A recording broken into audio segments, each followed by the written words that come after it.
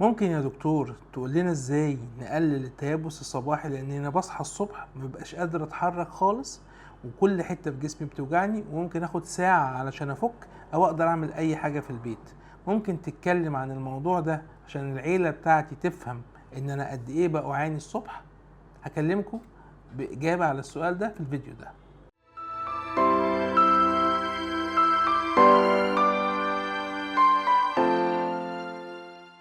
اهلا وسهلا بيكم في دمتم سالمين.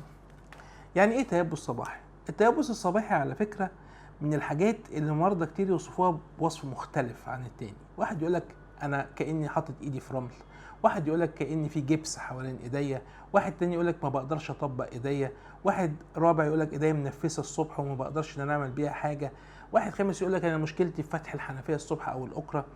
كل دي مترادفات للتيبس الصباحي، وهو سمة من سمات التهاب المفاصل المناعي، سواء روماتويد صدفي، التهاب مفاصل مصاحب للذئبة الحمراء، تيبس الجلد المناعي، التهاب الأوعية الدموية، مرض بهجة لو فيه التهاب في المفاصل. كل الأمراض المناعية اللي ممكن تعمل التهاب في المفاصل بتعمل تيبس صباحي. المريض فعلا فترة الصبح بتبقى عنده مشاكل بسيطة خالص انت ما انتش حاسس بيها اللي نايم جنبه، زي انه يرفع الغطا، زي انه يقوم يحط رجليه في الشبشب، زي انه يوصل لغاية الحمام، زي انه يخش يعتني بنفسه الصبح. ممكن حتى حاجات بسيطة خالص انه يفتح الشطاف، زي انه يفتح الحنفية، زي انه يمسك فرشة السنان. وبالتالي كل واحد في بيته مريض التهاب مفاصل مناعي ايا كان التشخيص بتاعه، زي ما انا قلت التشخيصات المختلفة، ياخد باله ان فترة الصبح بتبقى فيها معاناة اكتر، بالذات في الفترة الاولانية من المرض ومع بدء العلاج، اللي العلاج بياخد وقت زي ما قلنا، ممكن ياخد 2 ل3 شهور في المرحلة الاولى، وبالتالي نعينهم في المرحلة الاولى. وممكن انت تعمل شوية حاجات تساعدك. يعني ايه مثلا؟ اول ما تصحى تحط ايديك تحت ميه سخنة، دي بتساعد. 2، اول ما تصحى تاخد بنادول. حد هيقول لي على الريق، ممكن اخد بنادول على الريق.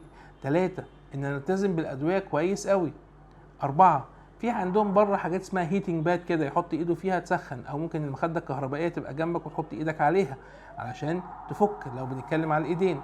مهم قوي ان كمان الشبشب بتاع البيت او المداس اللي انت بتلبسه في البيت يبقى طري، بحيث ان احنا ما يبقاش فيه مشاكل احتكاك الصبح او تحس بتقل في رجليك.